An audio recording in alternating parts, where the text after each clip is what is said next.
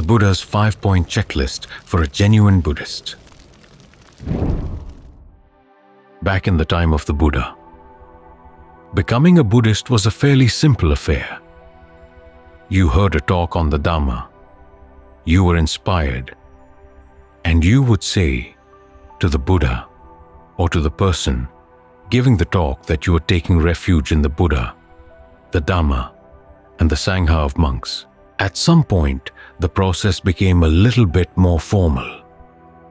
In the Gunadhamma, which is the later text in the suttas, the very first passage deals with taking refuge. It directs you to say it 3 times, not just once. It's that passage we have heard many times. Buddham saranam gacchami, Dhammam saranam gacchami, Sangham saranam gacchami, then dutiyampi, and tatiyampi. A second time, a third time. You repeat the phrases, but the question is, what does it mean to take refuge? There's another passage in the canon that talks about the ideal lay follower. The ideal lay follower has 5 characteristics. One is that you're convinced of the Buddha's awakening, that he really did awaken to the truth. What he learned about karma, what he learned about rebirth, what he learned about the 4 noble truths. You take that as your guide. You take the Buddha's awakening as the event in world history by which you look at the rest of your life, you look at the rest of the world, to get a sense of the possibilities within you and within the world.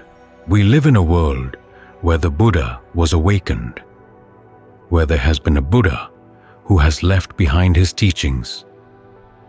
You try that world on for size, and you decide that it fits. I remember when I was becoming a Buddhist, one of the main breakthroughs or milestones, I guess you would say, was when I realized that I really had to depend on my own karma. Prior to that, I'd been raised a Christian, and even as I was beginning to have lots of doubts about those teachings, there was still a strong sense that there was somebody up there who was looking after us. Suddenly I realized that if I wanted to be a true Buddhist, I'd have to drop that. That was a real milestone in my mind. It threw me back on my own actions. I really had to be more honest with myself. I really had to be more careful about what I did. That's what the passage in the canon mentions next. Once you've decided that you are convinced of the Buddha's awakening, then the very first thing is that you live a life of virtue. This is why nowadays, when they have formal ceremonies for people who want to declare themselves Buddhist, after you take the triple refuge, you take the 5 precepts, which means that you will not intentionally kill, steal, have illicit sex, take intoxicants, or lie. This sort of virtue is the second quality of becoming a Buddhist, and it makes you a genuine Buddhist. The third is that you do believe in the principle of karma. The sutta expands on that in the 4th characteristic, which is that you don't look for protective charms, you don't look for magical formulae that will somehow undo your karma. Which means that, by the Theravada definition of a Buddhist, Vajrayanists are not Buddhist because they do believe in these charms and formula that will somehow undo your karma. There are even other types of Mahayanists who believe that there is an outside power out there that will come over and take over the ground of your being and erase your karma for you. By Theravada standards, those are not Buddhists. You decide that when you look for protection in this life, and this is what it means to take refuge, where you go to guarantee that you will not suffer. You have to go to your own actions. Finally, the 5th characteristic is that when you make merit, you look first for the monastic sangha. The word sangha has developed many meanings, especially in the past couple of decades. But at the time of the Buddha, it meant the sangha of monks, and secondarily, the sangha of nuns. When you make merit there first. Of course, that doesn't mean you're not generous to other people. The idea is simply that if you really want to give a gift that will have great benefit, the sangha is where you look first. So that's what the texts say. Ajahn Lee adds that when you take refuge, it has many levels of meaning. The first level is to take refuge in the Buddha, Dhamma, and the Sangha by taking them as examples. This is how you're going to look for happiness in your life. Then you look at their qualities and you try to develop both the qualities that made the Buddha, and the qualities he had when he became a Buddha. That gives you 3 levels. The external level, then the internalizing level, and then finally, the level where the refuge has been fully internalized. It's that final level where your refuge is secure. The Buddha himself, toward the end of his life, said to take yourself as your refuge, which is the same as taking the Dhamma as your refuge. Then he defined that as practicing the establishment of mindfulness, which is basically how you get the mind into concentration. That's when you really do become your own refuge on that second level. The level of practice, the level of internalizing. It's only when you find your first taste of the deathless that you really are safe. That would be the level of fully internalized teachings. When you practice concentration to develop your discernment, you realize that the concentration, even though it's a better pleasure, a more stable pleasure than you can gain from sights, sounds, smells, tastes, tactile sensations, or thinking about things, is still fabricated. And remember how good fabricated things can be. They can fall apart. You want something that's not fabricated, something that's not liable to falling apart. You investigate the various states of concentration and you realize that none of them qualify.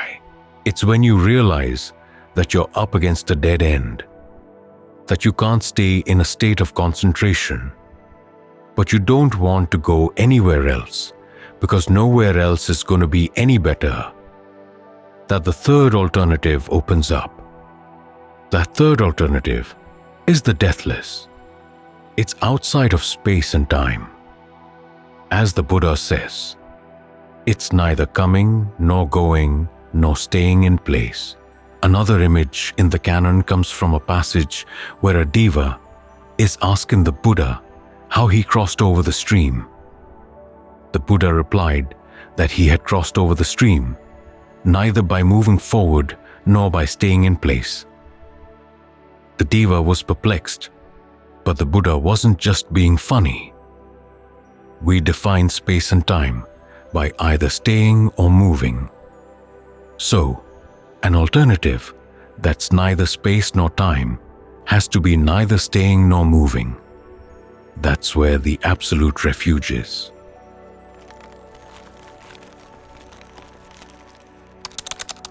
So there are many stages in the path to become a Buddhist.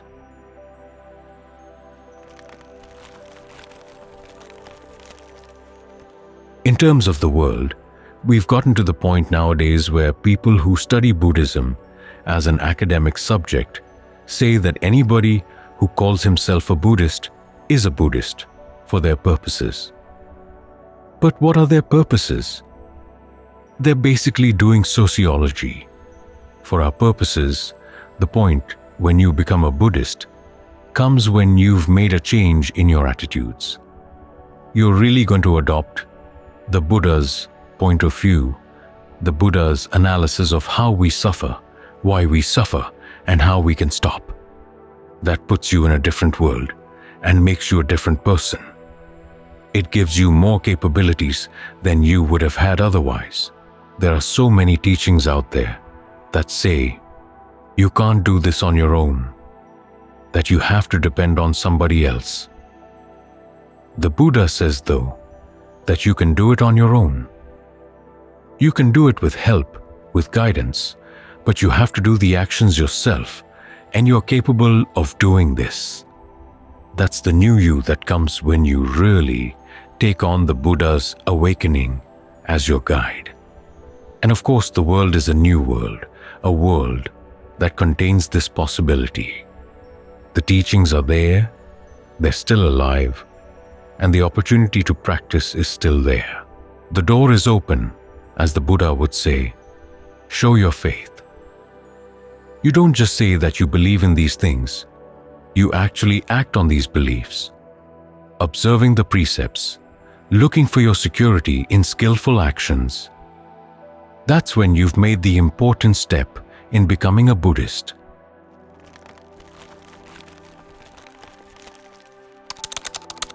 A refuge and awakening.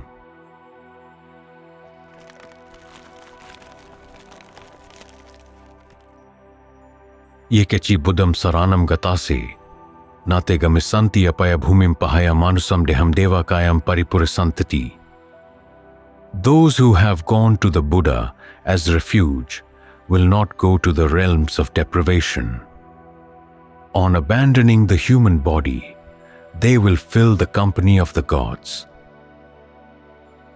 I will now explain this verse so that you can practice in a way leading to the supreme attainment, capable of eliminating all your suffering and fears, reaching the refuge of peace. We come into this world without a substantial refuge.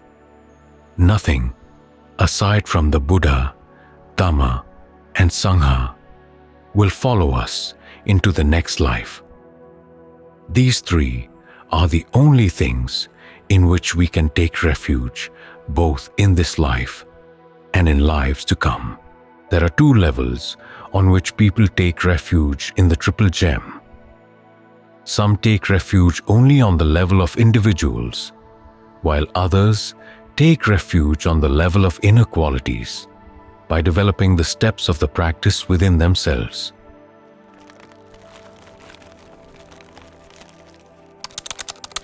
On the level of individuals,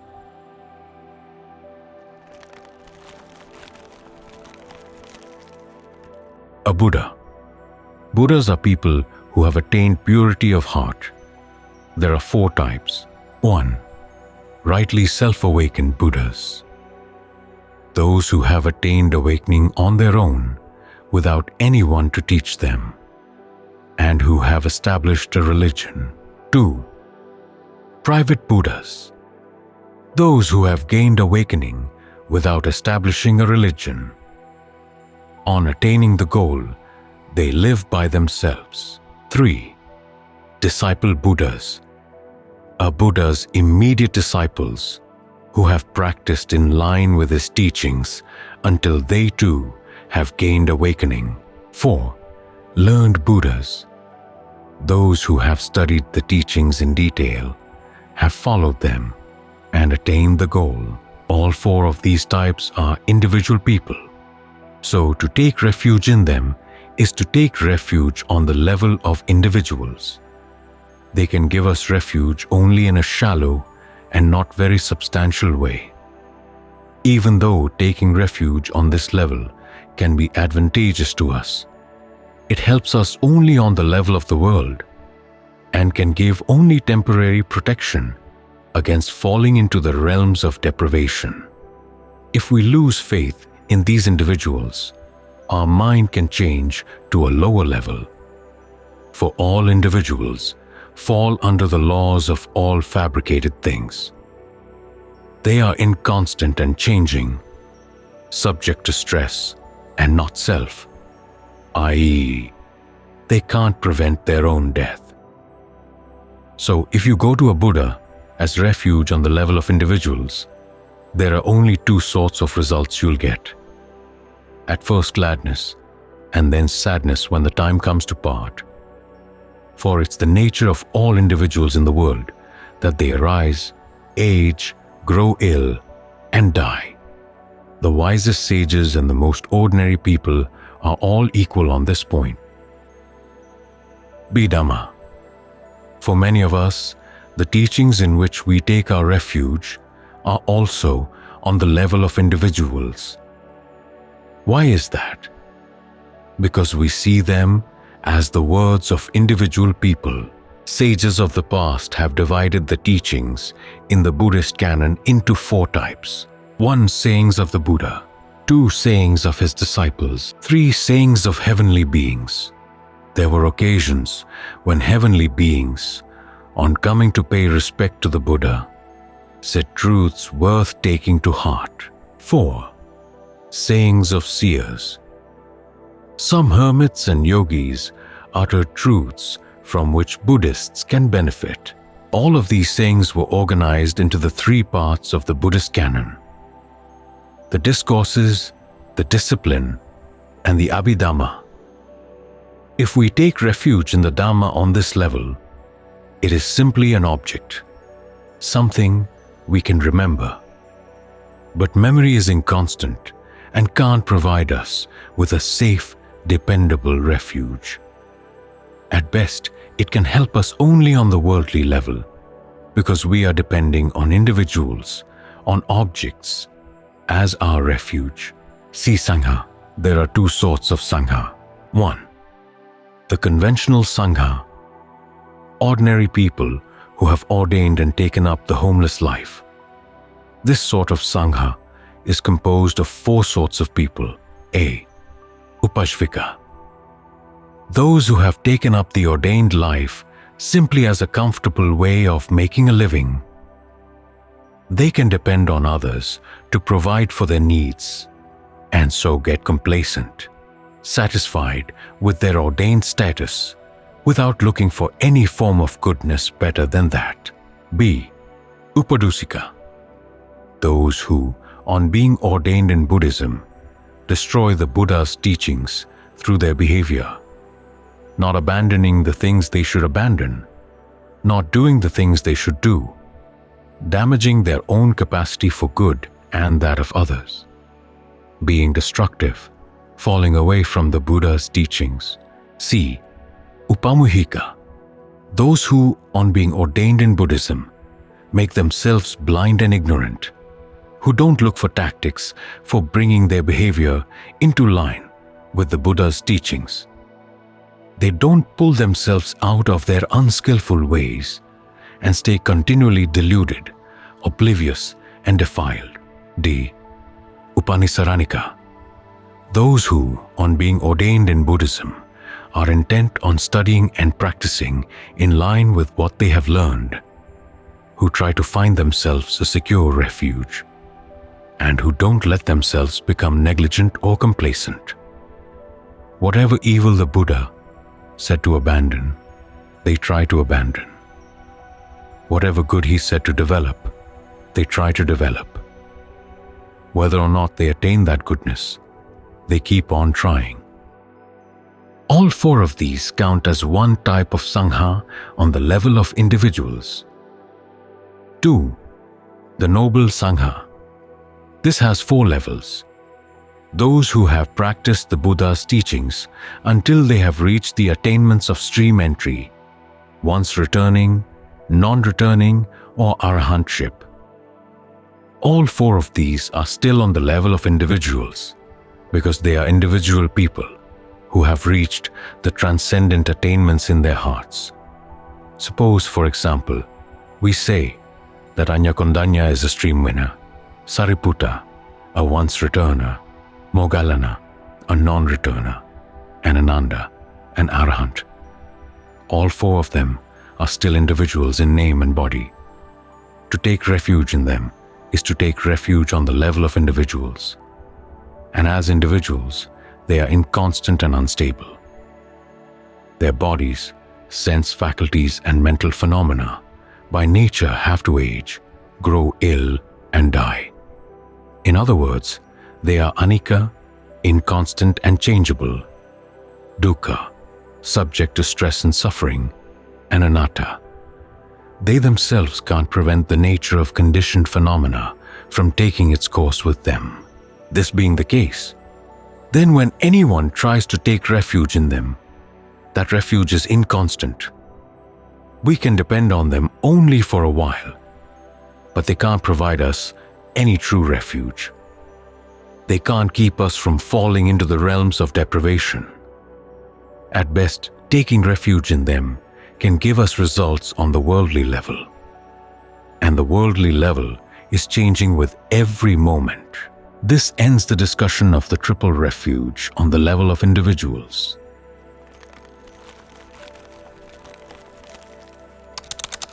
2. On the level of inequalities.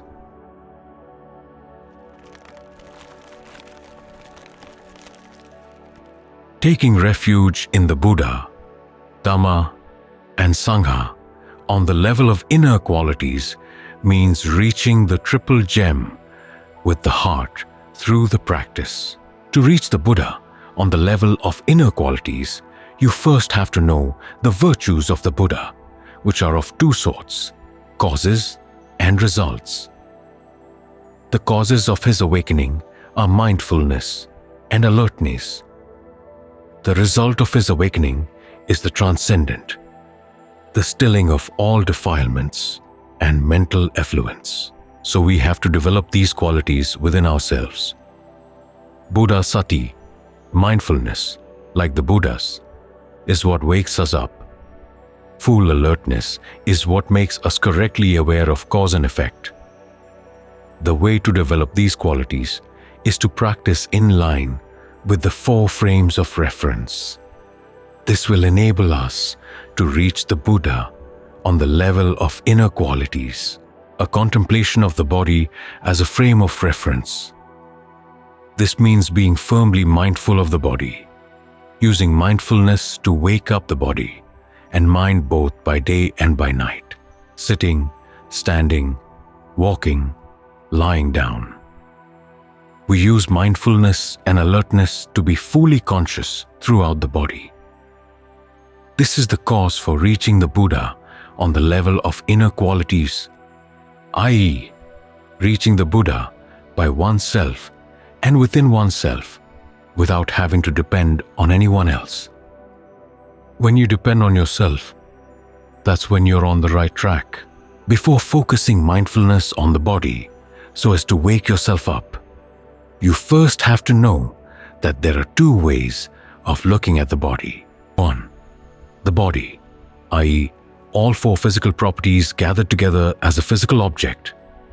The earth property, or the solid aspects. The water property, or the liquid aspects. The fire property, or the warm aspects, and the wind property, i.e., such things as the in and out breath.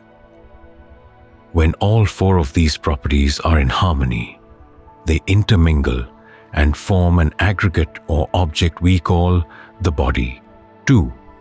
The body in and of itself, i.e., any one aspect of any of these 4 properties. For example, we can take the wind property. Focus your mindfulness and alertness on nothing but the wind property and keep them there. You don't have to get involved with any of the other properties. This is called the body in and of itself. From there, you can go to wind in and of itself. There are 6 aspects to the wind property. The breath energy flowing down from the head to the spaces between the fingers and toes. The breath energy flowing from the spaces between the fingers and toes up to the top of the head. The breath forces in the stomach. The breath forces in the intestines.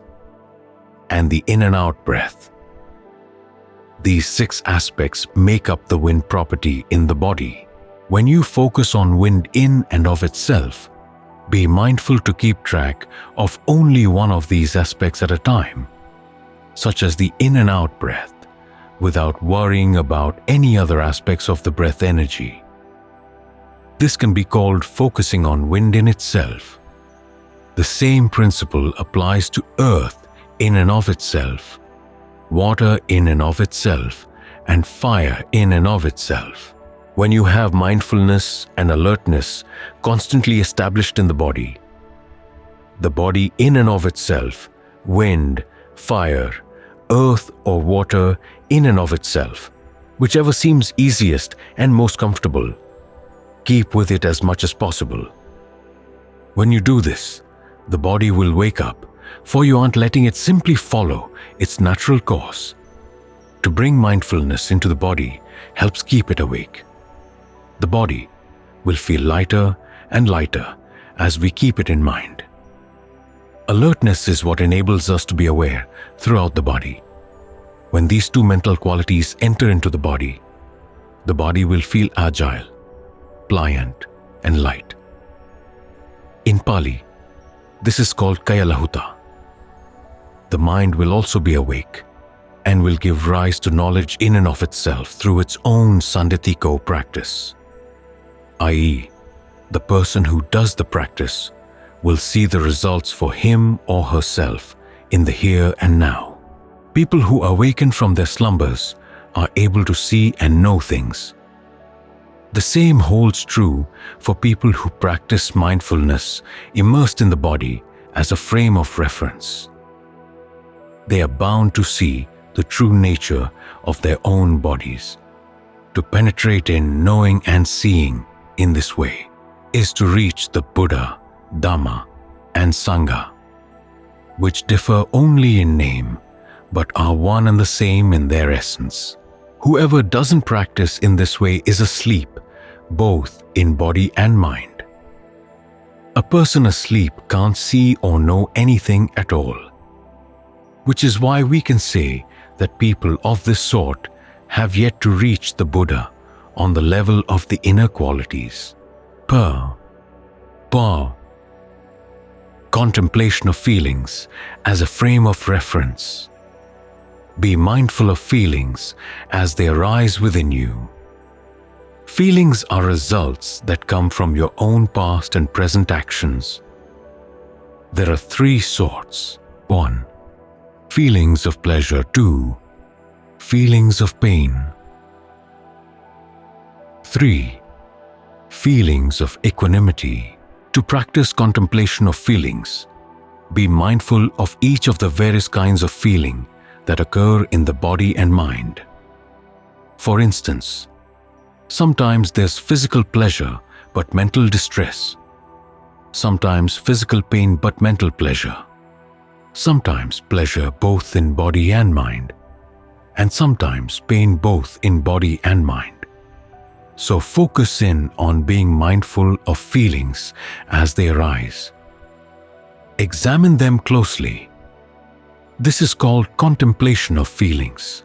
As for feelings in and of themselves, this means focusing on one type of feeling. For instance, wherever there's pleasure, focus right there, solely on the pleasure. You don't have to get involved with feelings of pain or equanimity. If you're going to focus on pleasure, keep focused right there. Or, if you want, you can focus on equanimity without getting involved with pleasure or pain. Don't let the mind jump around so that any other preoccupations come in and interfere. Keep monitoring the feeling you've chosen until you know its true nature through your own awareness. Whichever type of feeling is easiest for you to focus on, keep your mindfulness and alertness right there as much as you can. This is what will enable you to awaken from the feelings within you. Whoever does this ranks as having developed the inner quality of Buddha, that is the cause for coming awake. See contemplation of the mind as a frame of reference. Be mindful of the state of your own mind so that you can awaken it from the slumber of its delusions. When your mind awakens, it will be able to see and know the various things occurring in the present. This will enable it to become firmly centered in the factors of concentration and jhana, or mental absorption, which in turn lead to discernment, skilled awareness, and release. There are three basic states of mind you can focus on. 1. Passion. The mind hankers after sensual objects and sensual moods that color it, making it intoxicated and oblivious to other things. This prevents it from experiencing states that are brighter and clearer. 2. Aversion. The mind at times gets irritated and angry, causing whatever internal goodness it has to deteriorate. Aversion is thus a way in which the mind destroys itself. 3. Delusion. Absent-mindedness, forgetfulness, mental darkness, misunderstanding. These states of mind arise from preoccupations with what we like and dislike. If you have mindfulness watching over your mind with every moment, it will enable the mind to awaken and blossom, to know the truth about itself. Whenever passion arises in the mind, focus on being mindful of the mind in and of itself. Don't focus on the object of the passion. Pay attention solely to the present, and the passion will fade. Or, if you want, you can use other methods to help by contemplating the object of the passion in certain ways. For example, you can contemplate the unattractiveness of the body, focusing first on the insides of your own body, seeing them as filthy and disgusting. Your mind will then be able to free itself from the passion in which it is immersed and to become more blooming and bright. Whenever aversion arises in the mind, focus on being mindful exclusively of the present state of your mind. Don't focus attention on the external object or person that gave rise to the anger and aversion. Anger in the mind is like a burning fire. If you aren't mindful and aware of the state of your own mind and instead think only of the object or person that incited the anger, it's like setting yourself on fire. All you can do is end up getting burnt. So you shouldn't preoccupy yourself with the outside object. Instead, focus on being mindful and aware of the state of aversion in the mind. When mindfulness reaches full strength, the state of aversion will immediately disband. Aversion and anger are like a cover over a fire that lets the fire provide heat but no light. If we remove the cover by doing away with the aversion, the light of the fire can brighten the mind. The light here is discernment and skilled awareness. Actually, there's nowhere else that we have to look for goodness other than our own minds. That's how we'll be able to gain the freedom from suffering and stress that is termed citta vimutti, mental release, i.e., a mind beyond the reach of its preoccupations. This is one way in which we reach the Buddha, Dhamma, and Sangha on the level of inner qualities. As for states of delusion, in which the mind tends to be absent-minded and forgetful, these come from there being many objects crowding in on the mind. When we find this happening, we should center the mind on a single preoccupation, where we can gather strength for our mindfulness and alertness, in the same way that we can take diffused light rays and focus them on a single point. The power of the light is sure to get brighter. In the same way, when we are constantly mindful of the mind and don't let it get involved with various outside perceptions and preoccupations, mindfulness will give rise to a powerful light, skilled awareness.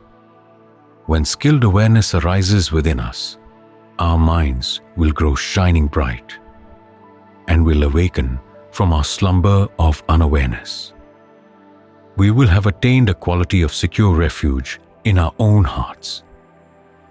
We will know for ourselves and see for ourselves, and this is what will enable us to attain the noble qualities of the transcendent. D. Contemplation of mental qualities as a frame of reference. Be mindful to focus on the mental qualities that occur in the mind with every moment. Mental qualities are of two basic sorts, good and bad. 1.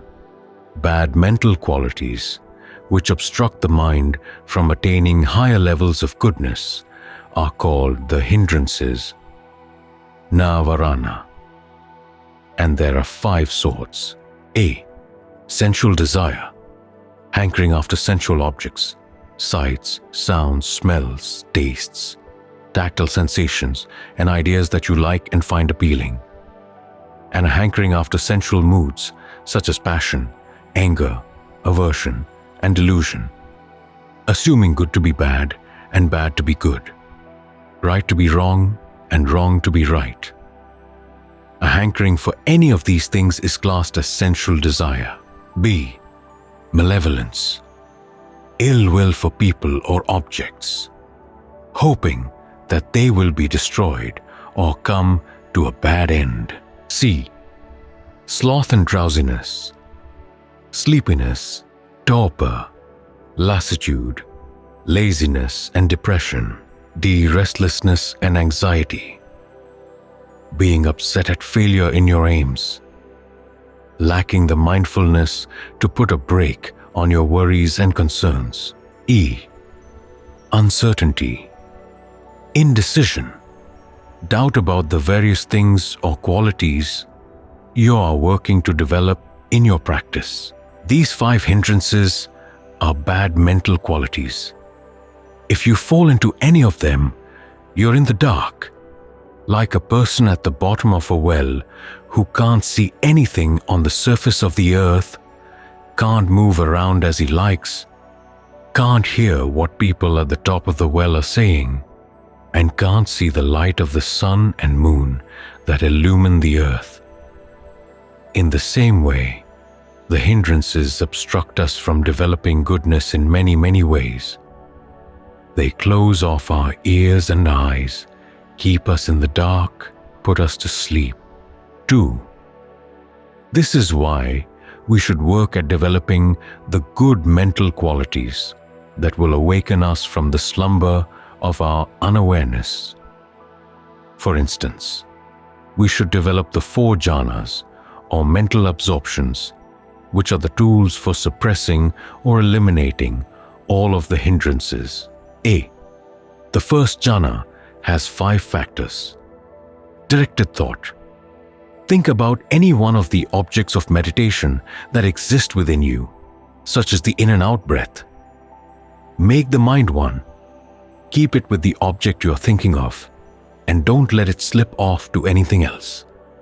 This is called singleness of preoccupation. Evaluation. Carefully observe the object of your meditation until you see its truth. When you are thoroughly aware of the object, this is called alertness. The results will arise within you. Pleasure or ease and rapture. Fullness of body and mind. When mindfulness fills the body like this, the body feels saturated, like soil saturated with moisture. Whatever you plant stays green and fresh. Plants flourish. Birds and other forest animals come to live in their shade. When rain falls, the soil can hold it instead of letting it wash away. A person who has mastered the first jhana is like a holding place of goodness for other human and celestial beings, because jhana and concentration can have a cooling influence not only on oneself, but also on others as well. When mindfulness and alertness are fully aware in your mind, the mind feels saturated and full with an unadulterated sense of rapture and joy at all times. As for the pleasure and ease that come from the first jhana, they give you a sense of freedom with no worries or concerns for anyone or anything. Like a person who has attained enough wealth that he no longer has any worries or concerns about his livelihood and can relax in peace. When you attain the pleasure and ease that come from the first jhana, you are freed from the hindrances of indecision and restlessness and anxiety. So you should work at developing these factors in your mind until it can stay steadily in jhana. Your heart will then be blooming and bright, giving rise to the light of discernment or liberating insight. And if you have developed your capabilities enough, then on attaining the first jhana, you may gain entry to the transcendent. Some people, though, may go on to the second jhana, B. The second jhana has 3 factors: rapture, pleasure, and singleness of preoccupation. The power of the mind gets stronger step by step, so try to keep your mind in that state simply by focusing down and keeping mindfulness firmly established right there. The mind will grow even stronger, and this will lead you on to the third jhana. See, the third jhana has 2 factors: pleasure and singleness of preoccupation. Keep focusing down through the power of mindfulness and alertness, and you will be able to shed the factor of pleasure and enter the 4th jhana. D. The 4th jhana has 2 factors: equanimity and singleness of preoccupation.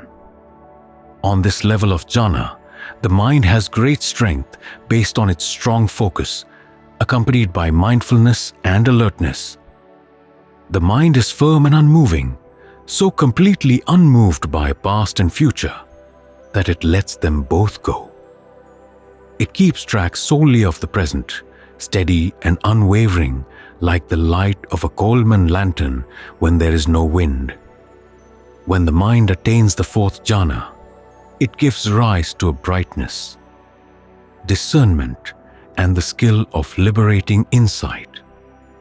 This is what enables it to gain understanding into the 4 noble truths, and so to proceed to the transcendent, the truly safe refuge.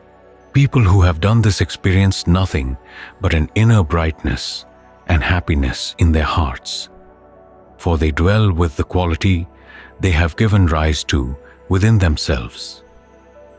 They reach the Buddha, Dhamma, and Sangha on the highest level, the level of release or ultimate attainment, a quality free from defilement and mental effluence. People who train their hearts in this way have reached the Buddha, Dhamma, and Sangha on the level of inner quality. In other words, they have reached refuge in their own hearts.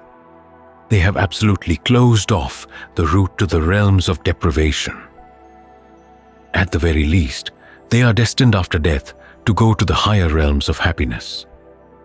At best, they will attain Nibbana.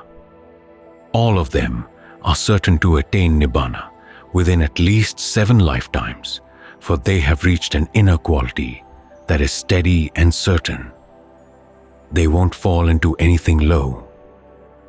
Anyone who has yet to attain this quality, though, has an uncertain future.